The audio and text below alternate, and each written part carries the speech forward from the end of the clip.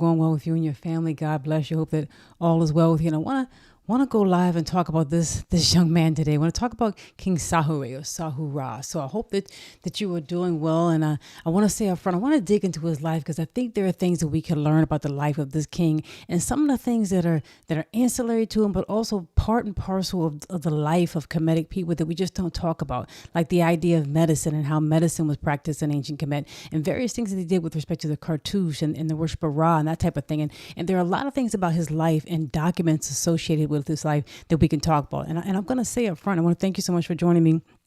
And thank you for your comments down below. And thank you to those of you who've been really supporting and joining up as members. I very much appreciate it. You're looking at the library that I'm creating, look at some of the courses. I do want to say for those who are members, just $4.99 a month here on YouTube, you're going to get access to the resource that we're going to go through today. So I'm putting up a resource. Hopefully it'll be up by tomorrow. I'm trying to put it up by tomorrow, but very, very shortly, very soon, which will kind of delve into his life and some of the aspects that I'm talking about today. Some of the aspects with respect to medicine in the Old Kingdom and in the New Kingdom, as well as some of the aspects with respect to just the idea of Ra and some of the things that happened during the Old Kingdom that speak to his life and speak to more things we can learn about. So I think that he's not just a fly-by-night king and ruler of the Kemetic of the Old Kingdom. He's somebody who I think should be remembered. And as you can see, he was a king during the 5th dynasty. And we're gonna dig into a resource here, as I mentioned, that kind of talks about him and kind of talks about something. I just love this picture, so I'll just kind of show you that picture a little bit. You can see him and a local deity. You can get an idea of what he looked like and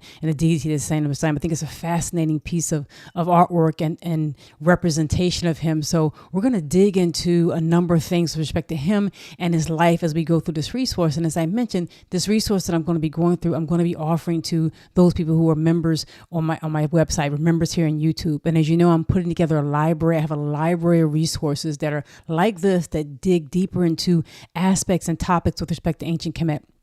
And it's going to be, not just resources that you can read. There's going to be things that you can see, videos that you can look at, as well as courses that you can take. I'm developing courses in addition to the library so that you can kind of go here and think of it like a library of ancient Kemet, right? I think you can go here and you can read some things that maybe you haven't had a chance to document yourself or read or research yourself. If you always wanted to find out certain things about ancient Kemet and Kush, not just Kemet, stay tuned to this channel because I'm going to be sharing a lot more of those things. So I want to jump into talking about King Sahure here and this resource that I'll be sharing. I want to talk about him because he is somebody I think is fascinating. I think he's fascinating, not just because of what he did, but because of the things that are associated with his life. And sometimes, we live at a time in our lives and we don't know that the things that we're doing will somehow be remembered years and years after we pass away. And for him, it's thousands of years after he passed away. And I'm not sure he knew that going in. Maybe he did. Maybe he had a feeling of it. But it's interesting, all the little things that are associated with his life that we can get knowledge about and understanding of. And we'll kind of jump into that and walk through this resource today, because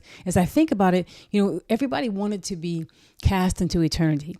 All of the ancient Kemetic kings and queens, talked about living in eternity. But sometimes, God allows your life to be associated with certain things that you live on beyond your life. You live on beyond your being here. And sometimes things happen to you that you have nothing to do with necessarily. You're just, walking in your purpose and living in the legacy that God has for you. And that associates you with things that live on long beyond you, long beyond your life and long beyond you. So we're going to talk about that with respect to Sahure here. And as we kind of talk about it, kind of reach into his life, just to give you an idea of when he lived, because I like to kind of set up some things from a time perspective. It's not just, good enough to know that they live. You want to know when they live on a time frame. So we're going to talk about that. He's in the Old Kingdom, as I mentioned.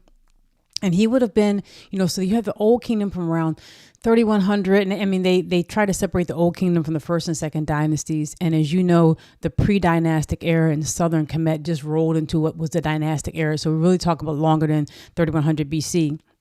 But you get 3100 BC or thereabouts for the first dynasty, if you will, dynasties of ancient Kemet. And then you start to get into what they call the Old Kingdom around 2650 BC or thereabouts. So King Sahure would have been in the Old Kingdom. He would have been in an early part of ancient Kemet's history, if you will. And so a lot of times, even though they separate the first couple dynasties and don't call them the Old Kingdom, it's all one culture. It's all growing out of one area right there in southern Kemet, in the upper part of Kemet, from the pre-dynastic era, all sharing things that with Nubia, as we've talked about in this channel, we talked about quite a bit, with Kustul and various places up and down there. You find shared ideals, shared values, shared deities, shared symbols and icons in that whole area. And obviously you have people who have differences in tradition, traditions and folks who have meshed traditions and folks who are sharing the same tradition. So you find this a natural growth taking place over thousands of years in ancient Kemet, what will become ancient Kemet. And Sahure just plays into that. He's right there around 2400 BC, so around 2458 to about 2446, somewhere around there BC. He is there, and he's the second king of the fifth dynasty. And there's a whole legend behind how the fifth dynasty came into place, which we might touch on. But that's where you get a perspective. I mean, when you get to 2030 BC to 1640 BC, you're talking about the Middle Kingdom. So just so you can get that idea and get a picture in your mind, a timeline in your mind of the time that we're talking about, the Old Kingdom versus the New Kingdom, and King Sahure would have been right here, Sahure or Sahura. So he would have been right there in that time frame. So as we kind of jump into his life and talk about it, there are a number of things you can learn from ancient Kemetic people and kings just for their names. A lot of times we have names, people all around the world have names that mean something to you. And we try to have names sometimes that mean things to us. But in ancient Kemetic time, they really put a lot into their name. And you were a manifestation of your name. You were a manifestation of God. And many of their names reflected deities and reflected God-like things, not just from type of, surface type of thing, but literally saying that you were channeling that God. You were a representation of that God. And we can take a look at King Sahure or Sahura, right, as a way to kind of look at it. And we'll look at his cartouche. And a cartouche is an oval diagram, if you will. And this oval diagram, you're going to see something here because we're going to show you his cartouche on an actual monument right here, which we'll read in just a second. But the cartouches were something that ancient Kemetic kings and queens used to designate their royalty. Now, you'll also see it, those you probably know, you also see it sometimes referring to other countries and other lands. You'll see Kemetic writings on walls and monuments having lands represented in cartouches. So in a very similar type of oval form. But in this case, at this time in the fifth dynasty, you are seeing, and beyond this, you are seeing this cartouche representing the name of a king. And this gives you just somewhat of a perspective of various kings in the fifth dynasty. But I want to kind of focus on Sahure, really, reflecting him being the son of and a reflection of Ra. Because Ra at this time in the fifth dynasty begins to take even more of an importance and dignitary and deity-like figure, if you will, in ancient Kemet. He becomes more significant, especially during the fifth dynasty. It's not that Ra is not worshipped and looked at as being an aspect of God, that force, that moving, that fire-like aspect of God. It's not that it's not looked at before this, but you really start to see it come into prominence with some of the temples that Sahura, and his predecessor and successors built, his family members built of this dynasty, some of the temples that they built, what they called themselves, how they began to really put into place this idea of being a son of Ra. And a lot of times when they say son of Ra, they're saying son of the body of Ra, like son of Ra's body. And that whole concept is a concept that you will hear obviously later on in various religions, the idea of being the son of and the bodily son of. So he is saying that I am literally come forth from Ra. I'm literally resonating Ra.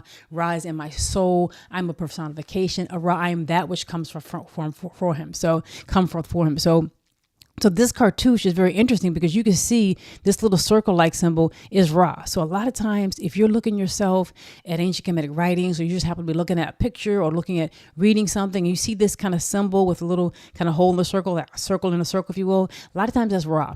And a lot of times it's going to be followed by some type of duck or some type of emblem that means sun. And a lot of times they're saying, I'm the son of Ra. Sometimes you'll see the duck on top, but you'll see that all the time, just about when you see Ra, you're going to see this circle right here. And so he's saying Sahura here. And it's interesting when you start to compare it, you'll start to be able to read some hieroglyphs. You'll start to be able to read hieroglyphic writings. And I want to try to do some of that with you today, and just in general as we move forward, how to read certain things in hieroglyphs, how to teach ourselves. Let's learn about it. Idea of if you study and put your life to something and commit your life, you will learn more.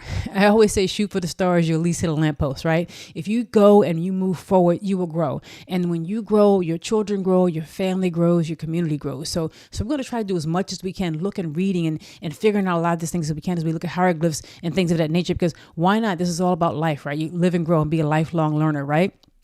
So when you look at this cartouche, I think it's very interesting. You see this cartouche, and I find it fascinating that you can see the same type of symbol right here. So if you look at this, you kind of get an idea. If you look at this very similar type of thing, you see the symbol right here, the sun, and the symbol and the bird-like symbol there, and you see this exact same thing right here, which is amazing when you can see this right, in live, written on something that's right there, and know what they're talking about. You recognize the cartouche, the king's name, right? You're recognizing Sahure's name. And you see right here, This is the recognizing Ra, and you see the same symbol, the very same symbol. And really what it's saying, the inscription kind of reads left to right. This symbol here is like a reed or a plant, and this is like the symbol of a land. So this is Upper Kemet. So it's basically saying the king of Upper Kemet here, and this B-like symbol here with the symbol for land is the land of Lower Kemet. So it is saying the king of Upper and Lower Kemet, Sahure. So a lot of times ancient Kemetic kings, as you probably know, and queens had more than one name. So especially during the time, by the time you get in this fifth dynasty, when you get into this fifth dynasty, they are taking on several names. And a lot of times you will see them say the king of Upper and Lower Kemet, Sahure. And they may say, also the son of Ra, and have a name, the son of Ra. So they will have names that are their given names and names that were their throne names. And usually the king of Upper and Lower, when you see that reed and that bead, that's like their throne name. In addition, they would have a Haru name, because they were also supposed to be representatives of Haru, on the rightful rulers, the divine rulers. So you would see a Haru name, a golden name, or two ladies of the two ladies, if you will, which represents Upper and Lower Kemet, and an Upper and Lower Kemet name, and a son of Ra name. So you would sometimes have 5 different title areas, if you will,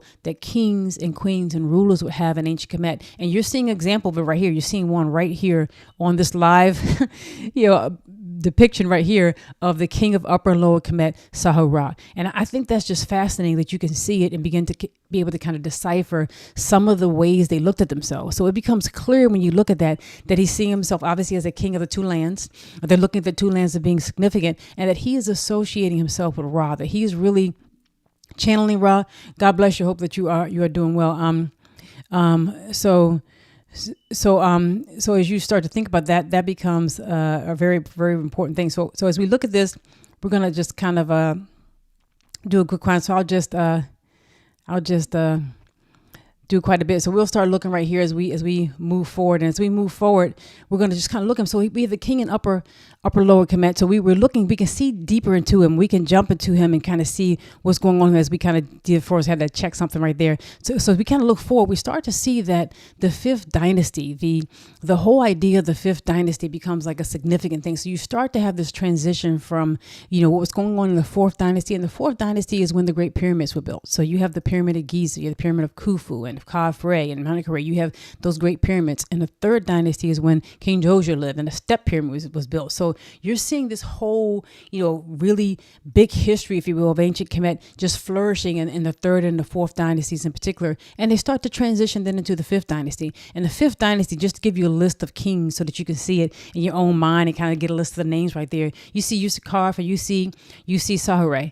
And you see a lot of these have, Ra or Re at the end of their names. You start to see them really talk about Ra and Re, and at the end of their names, you start to see how they become much more significant in terms of their worship and their deification and their exemplification, if you will, of Ra. And you see that in their names, and then putting that forth out there as far as the kings, and they're building temples to that effect, which is what you saw in the previous slide, in the previous page there. They're building temples to that effect, and they're building pyramids to reflect that, and they're writing that, and they're talking about Ra. So this whole concept of God's life force and the moving force of God is really central to the idea and the ideals of the fifth dynasty. This is something that they are looking at as manifesting themselves, and you start to see this push forward into ancient Kemetic society and ancient Kemetic history, right? And Sahure's postulate. So they are pushing forward ancient Kemetic history.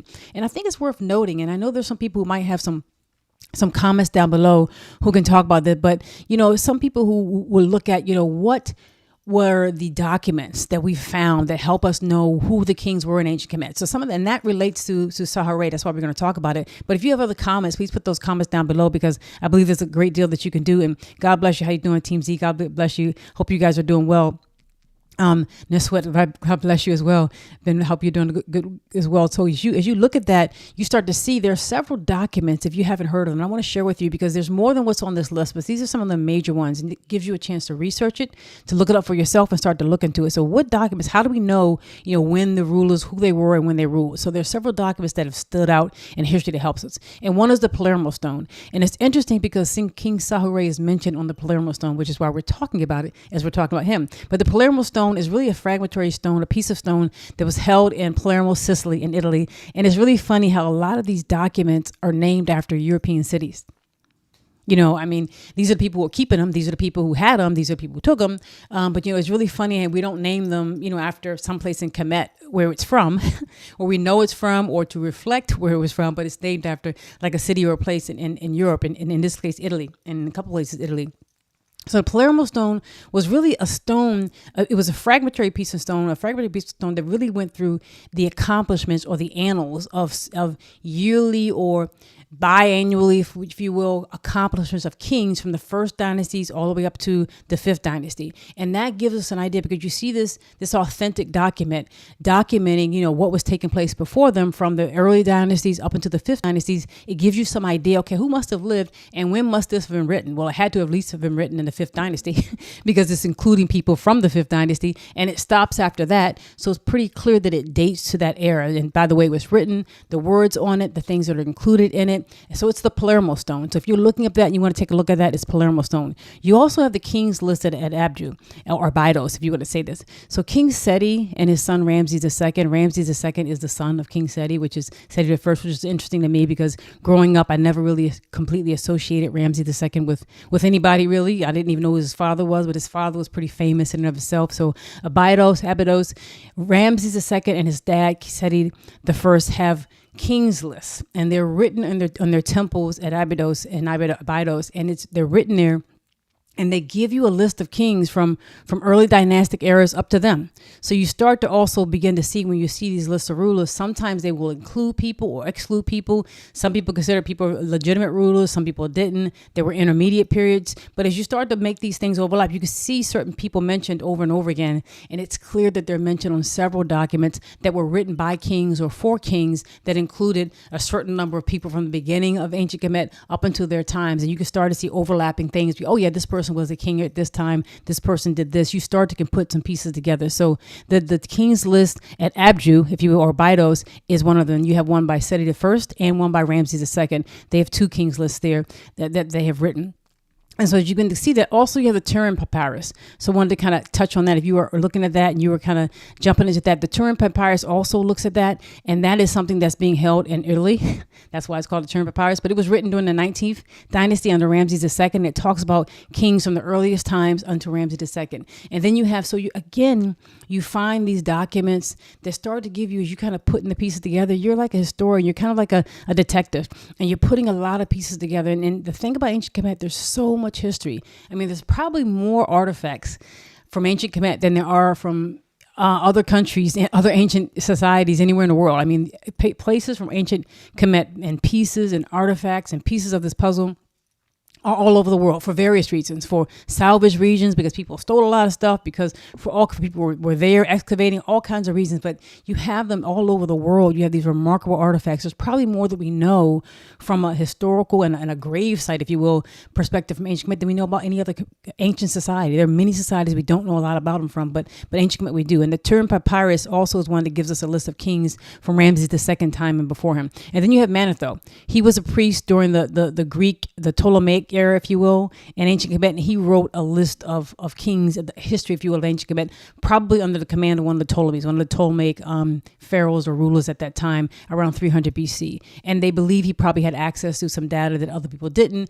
and he's the one that kind of separated people into like 30 dynasties, if you will. So those are some of the major artifacts and pieces of documentation that tell us about who was king when were they. We can see their names, we can see them written all over. So there are more things that let us know they were king. There's all other things that let us know. But in terms of the order, if you will, these are some of the documents to help us know that. So when we start to look at that becomes significant because, as we start to kind of piece these things together, we start to realize that there's much to this. So when you see something like this, you start to see Sahure, and this is his pyramid that was in Abu Sir. This is his pyramid and his temples he have built dedicated to Ra. You can start to see kings associated with him having their name reflecting Ra. And you can start to see that manifesting in this time of the year, in this time of ancient Kemetic history, if you will. So it becomes exciting and interesting to me if you look at that. So what did it say? What did the Palermo stone say about King Sahure? What did it even say? One of the most interesting things I believe about Palermo stone and King Sahure is it talks about the land of Punt. When we talk about Punt, people, still say, Crete was Punt a real place. Obviously, Punt was a real place. That's what somebody was saying down below. Obviously, Punt is a real place.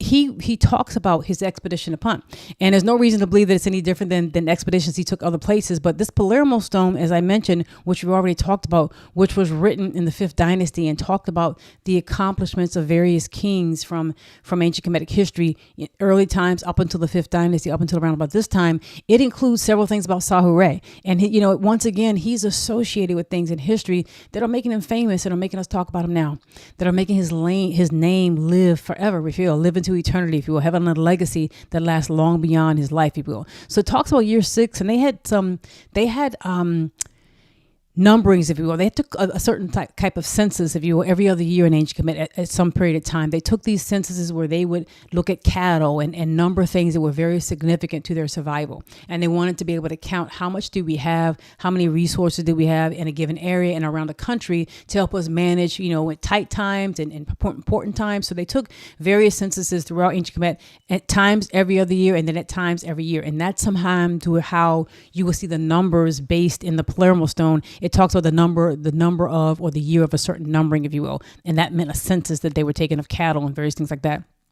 So it talks again, that king of Upper and Lower Kemet. Again, they're mentioning him just like they mentioned him in this right here, the king of Upper and Lower Kemet, just like we read it. And it's saying Sahure, and it talks about how he's doing things for the divine expressions of God, for the whole company of the gods, how he was dedicating various religious things for the company of God. It talks about what he's doing in the north and what he's doing for Ra, what he's doing for Heteru. In the north and the south, various things that he's building and that he's erecting, if you will. And so they talk about, and it mentions, as you get here, and they start talking about year 13 of his reign, it talks about him bringing from Malachite country, which is in the Sinai, a certain amount of resources, and from bringing Punt. You start to see Punt being significant here. You start to see Punt mentioned right here in the Old Kingdom, very far back in ancient Kemet's history. And here is Sahure, and he's talking about going to Punt, and he's bringing back myrrh, and he's bringing back resources. And so many people, it wasn't just Sahure. You find Sahure in the Old Kingdom. You find people in the New Kingdom like Hatshepsut and Thutmose III. You see people in the Middle Kingdom doing. Throughout ancient Kemetic history, you find them referring to the land of Punt very often and making expedition there.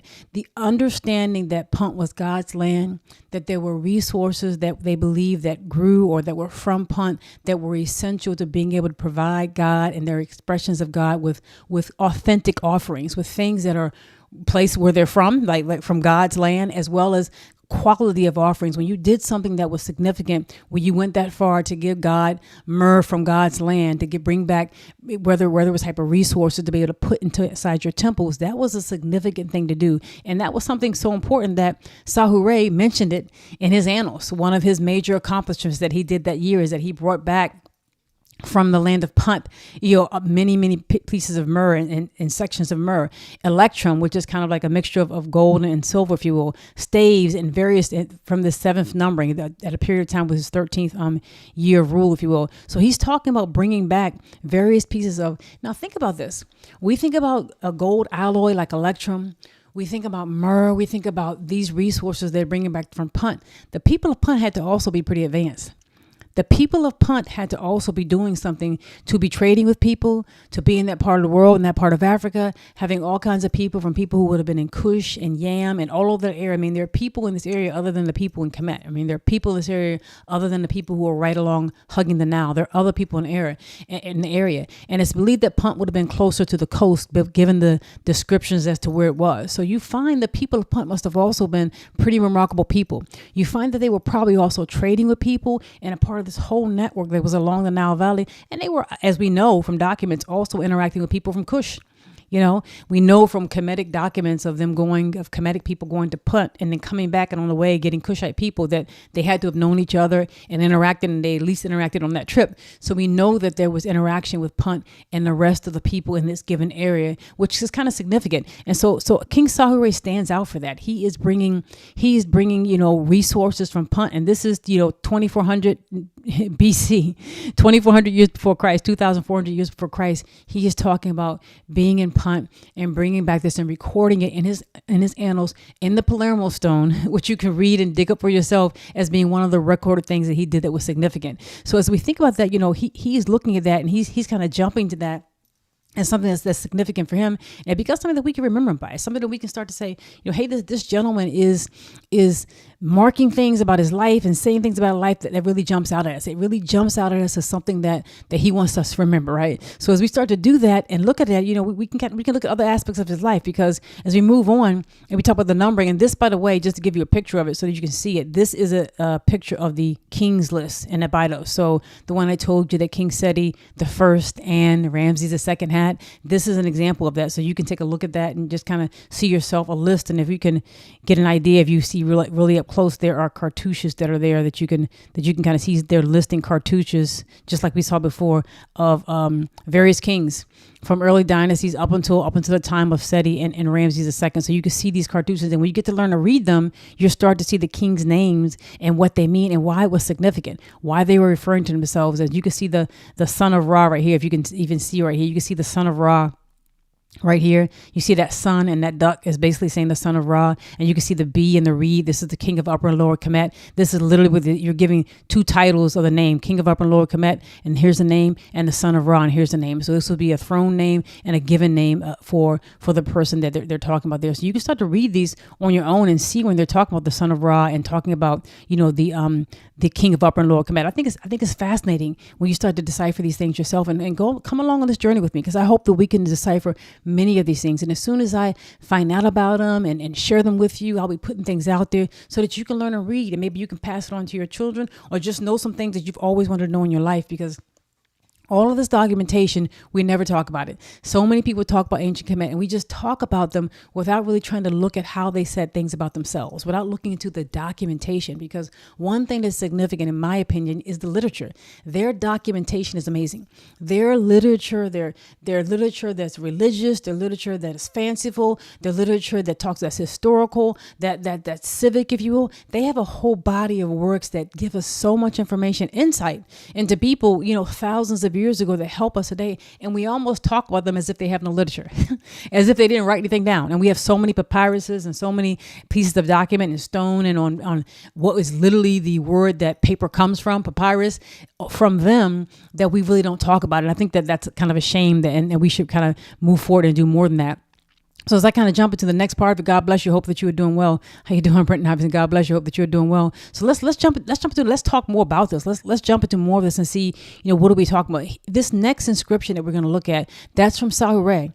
This next inscription is something cut into the rocks of the Wadi Margaret, so in the peninsula of Sinai. So here you have an ancient Kemetic king talking about going to Punt and getting electrum and myrrh from Punt and things like that. And then also having an inscription in the Sinai Peninsula where he talks about, and I kind of read the inscription to you, he talks about himself as being the Haru. This goes back again to the various names that the Kemetic kings had. They had like 4 or 5 names. And he would be like the Haru, Lord of the Diadems. And then again, you hear that Upper and Lower Kemet, King Sahure. They start to also talk about themselves as being king of Upper and Lower Kemet and referring to themselves as Haru, while also referring to themselves as the son of Ra. So these are all, as you get an idea, these are all manifestations of God, and they are abiding aspects of God and characteristics of God in the same man, in the same person, if you will. And so this is a rock inscription cut into rocks in the Sinai Peninsula in the Wadi Margaret, and it's talking about King Sahure, and that he who's given life forever, and that he's the smiter of all countries. And it talks about the great God who smites the Asiatics, people who might be in that area, of all countries. And you can find Breast that writes about that. I wanted to mention that because as we talk about ancient Kemet, so many times people want to talk about them. Somebody was just down in the comments saying that Punt wasn't a real place. Somebody was just down in the comments saying that Punt, was fanciful. You actually believe it was real. I mean, people literally said it. When you talk about some place that's in Africa where they're talking about black people, they want to say it's not real. These were aliens who did this, or there was only, or the people who we know we want to say were black were somehow treated a different way, and that these people were obviously not black and they treated other people. I mean, this is all kinds of ways we are not really looking at the history and the evidence that they give. We're not looking at how they depicted themselves and what they said. Here's this man talking about going to Punt and bringing back things for the service of God, in service of God and expressions of God in Kemet. This is not him saying that the Puntites are evil or the Puntites or whatever. Him saying, I went there and I got these things. He also went to the Sinai, right? And he went to the Sinai and they brought back malachite and various things with respect to turquoise and things like that. They brought back from the Sinai Peninsula. In addition to that, in this additional rock inscription, it talks about him being the smiter of Asiatics, or people who were from the East. And a lot of times people don't talk about the fact that the Kemetic people talked about people from the East and the West as well. even people from the north, they talked about smiting people and destroying them under their feet, and them being barbarians or using words that are similar to that, and that none of these people stand up to them, and that, they're smashing them on their feet. They only like to show you depictions of when they talk about that and specifically say Nubians, and they make you think that they're saying Nubians, and that means all people, and therefore all they say black people, and these people are not black, and all the black people, they did this for me. This is just a confusion, if you will, and misconstruing what was actually talked about in history, just kind of conflating all of this, and not really they looked at everybody. Anybody that they fought was a barbarian, was under their feet, was bowing to them. Sahure was a manifestation of God.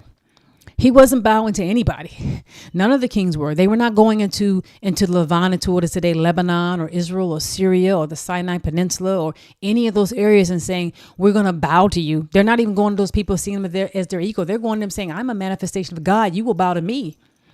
You're going to pay me tribute. And none of their documents say I came to shake your hand and do deals with you. They came, and what they wrote about was, I destroyed you. I killed you. I brought back your people into my land and made them work in the temple. And I making you pay tribute, and you're serving my God. And God gave me the power to do this. They talk about this with everybody. And one of the examples is his inscription in Sinai during his lifetime, which talks about him doing that to Asiatic people. I mean, they did that period because he was a manifestation of God. He's not looking at himself as bowing down to anybody, right?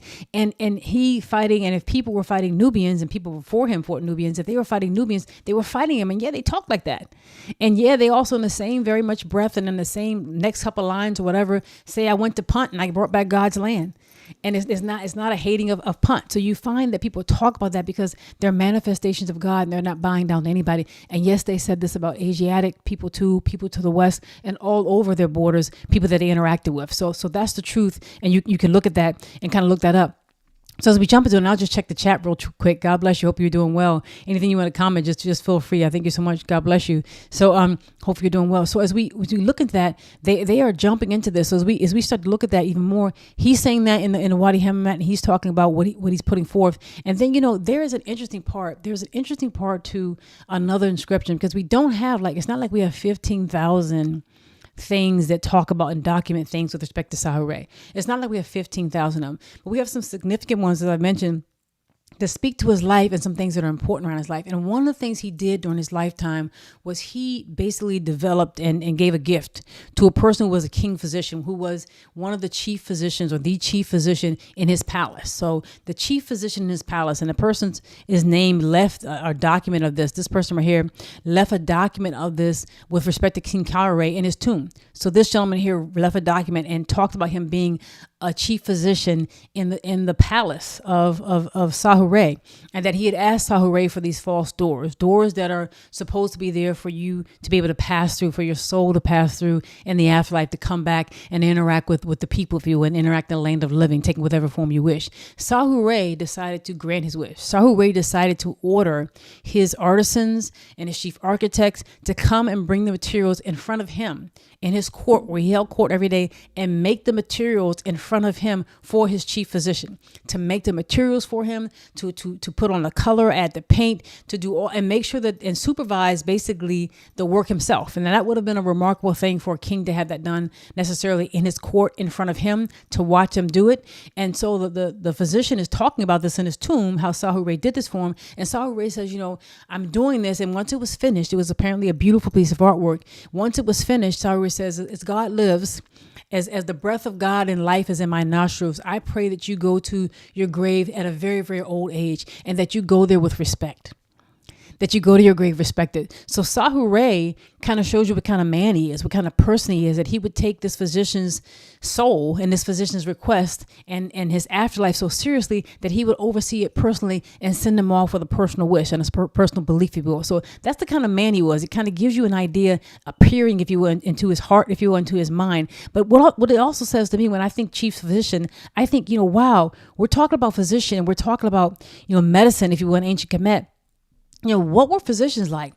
What was this doctor like that was treating King Sahure and the people in his palace? You start to see that even during his time, obviously, you find medical documents and medical information that talk about a logical, syllogistical, examination-based approach to medicine at his time. So the Edwin Smith Papyrus, which you're probably familiar with, which dates to like later, like kind of in a New Kingdom, even though it dates to there, it's believed that the content of the papyrus is much older and probably dates closer to the Old Kingdom time, to the time where he lived. And this Edwin Smith Papyrus, which you can look it up and you can read it, and you can talk about, this is a copy of it right here. You can read it and you can look at it and talk about it. It talks about all kinds of medical cases, and in particular talks about 48 medical cases.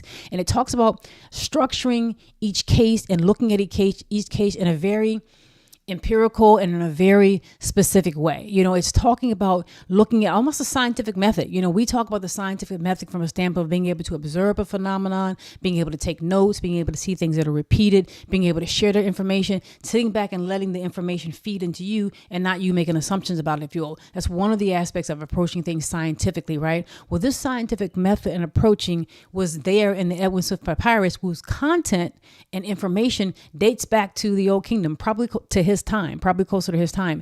And there was a way in which it was structured. I mean, it looked at various types of injuries. It looked at 48 different cases. And these were things from dislocated jaws to tumors to fractures to wounds. And what it did was it broke down each case in a very specific way. It gave it a title and a heading. So it would say, this is an injury that hurts someone in the head, that goes to the bone, or that type of thing. This is an injury, and here's the type of injury it is. And then how do you examine it? How do you put your hand upon that? How do you determine whether or not this fracture goes deeper than what you might think by just looking at it? You must do some type of physical examination in specific cases, and it lays out certain cases where you must do more examination with your hand or additional things to figure out what's really going on with that patient. So once you diagnose it, examine it, right? Look at it, examine it, and diagnose it, and then come up with a treatment. Right? And your treatment is based on your diagnosis. And it might be something like the use of honey or various types of things that were known now to have some type of antiseptic or antibiotic effect. They were using things like that. They were using compressants. They were doing they even have an example in the Edwin Smith Papyrus of how to reset a jawbone that's broken. Because you can imagine if you go to fighting and you're fighting with people and you're warring with people, you're getting all kinds of injuries, right? How do you help people? If you're moving huge stones and you're building pyramids, how do you help people when they get fractured and broken bones and come down with sicknesses and illnesses? Well, they did it in a very methodical way, and we don't talk about them. And we still say the father of modern medicine, and people just say the father of medicine, period, is Hippocrates. And even though obviously Hippocrates is in this area much later on, even though this document and these papyruses and this approach to medicine is an ancient Kemet long before Greece is even powerful. Long before Hippocrates is even thought of and even born, this is impact. And this is taking place in Sahure's time. So I want to go deeper in that. We'll talk more about that. And I'll be sharing this, as I mentioned, with those who are members. But I want to talk about it because at the end of the day, you find that medicine and the approach to medicine, when you're looking and examining a patient and coming up with a diagnosis and determining whether or not you can fight with this disease or not, that's taking place in Sahure's time. And that's evident, that documentation is there. So we need to look back and stop back and look at this Old Kingdom and find there's a lot more going on in the Old Kingdom. And there are things going on in the Old Kingdom outside of the pyramids. So this is, the pyramids are even before this time. This is after the pyramids. There are things going on in the Old Kingdom outside of the pyramids as well. So I just wanted to acknowledge that and kind of talk about this man and why he was important and why significant things in his life kind of impact us today. So I thank you so much for listening and watching, and I'll see you real soon. Talk to you soon.